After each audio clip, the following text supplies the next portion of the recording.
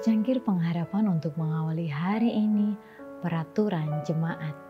Kisah para Rasul 6 ayat 7, firman Allah makin tersebar dan jumlah murid di Yerusalem makin bertambah banyak. Prinsip-prinsip yang sama dari kesalehan dan keadilan yang harus memimpin penghulu-penghulu di antara umat Allah pada zaman Musa dan Daud harus juga diikuti oleh mereka yang diberikan pengawasan atas jemaat Allah yang baru dibentuk dalam peraturan Injil.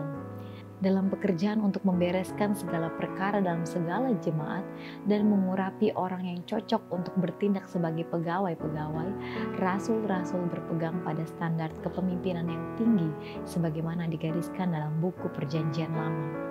Mereka mempertahankan bahwa ia yang dipanggil untuk berdiri dalam tanggung jawab yang terkemuka dalam jemaat harus tidak bercacat, tidak angkuh, bukan pemberang, bukan peminum, bukan pemarah, tidak serakah, melainkan suka memberi tumpangan, suka akan yang baik, bijaksana, adil, saleh, dapat menguasai diri dan berpegang kepada perkataan yang benar yang sesuai dengan ajaran yang sehat, supaya ia sanggup menasehati orang berdasarkan ajaran itu dan sanggup meyakinkan penentang-penentangnya. Peraturan yang dipertahankan dalam jemaat Kristus yang mula-mula memungkinkan mereka untuk maju dengan teguh sebagai suatu tentara yang berdisiplin baik yang mengenakan selengkap senjata Allah.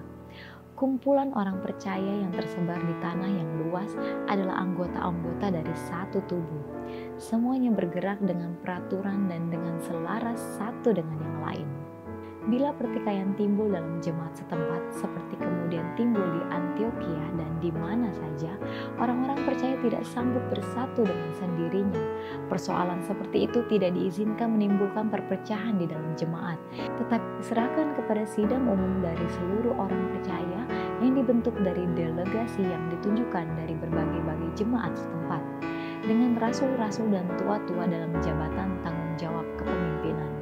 Dengan demikian usaha iblis untuk menyerang jemaat di tempat-tempat yang terpencil dihadapi dengan usaha yang dipersatukan dari semua pihak, dan rencana musuh untuk mengganggu dan membinasakan digagalkan.